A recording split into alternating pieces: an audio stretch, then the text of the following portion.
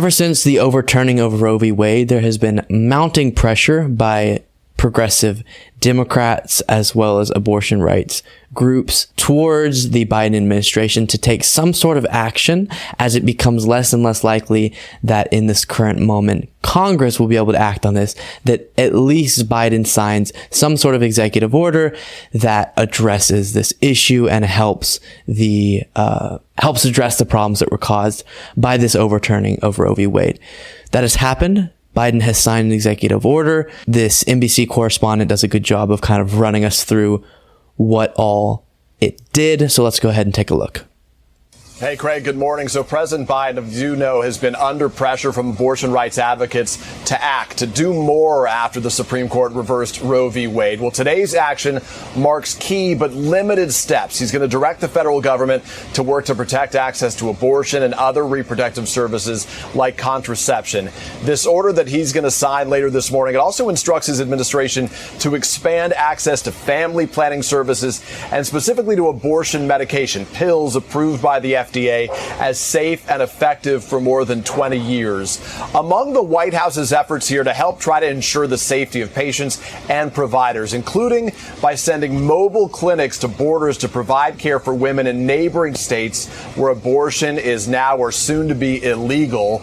Privacy, a key priority here as well, moving to protect against digital surveillance related to reproductive health care services so that those women seeking abortions are not targeted.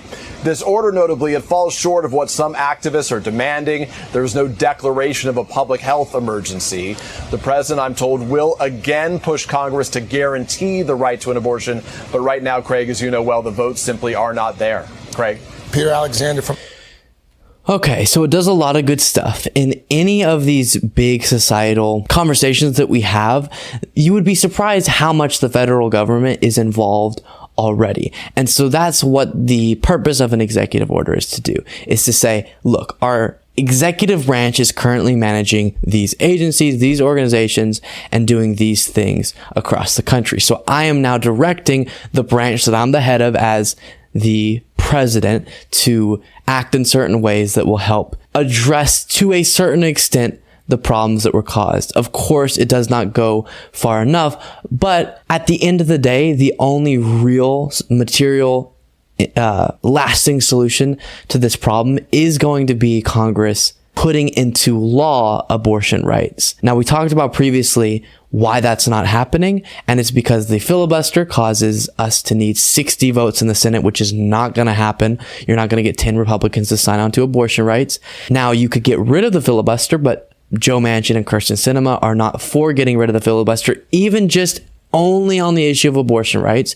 And so because Joe Manchin and Kyrsten Sinema will not create a carve out to make an exception where they can just pass on a 50 vote margin these abortion rights protections, we aren't going to see, at least before the next election, any action from Congress that is meaningful, impactful, and lasting on the issue of abortion rights. So with that being said, I do think it's good that Biden did something. I think on any of these issues, from the political perspective, if you're going to be screaming that it's such an outrage that something happened in the country, you have to be seen to be doing what you can to address the problem and doing what you can to help people through it. So a lot of the stuff the correspondent laid out there, really good. As he mentioned, people were pushing for in these abortion rights organizations for more. A public health emergency would then give more authority to the Biden administration to do more things in regard to giving people access to abortions. But I do think anything you can do to help people in red states who now will have a much harder time getting abortions to have those safe abortions is good.